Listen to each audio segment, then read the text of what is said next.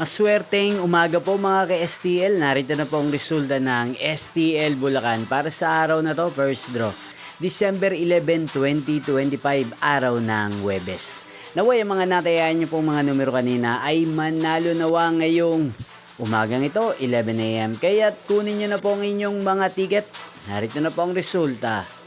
Ang mga numerong nanalo sa STL Bulacan ngayong umagang ito, December 11, 2025, 11 AM. First draw result, 15 at 8 in exact order.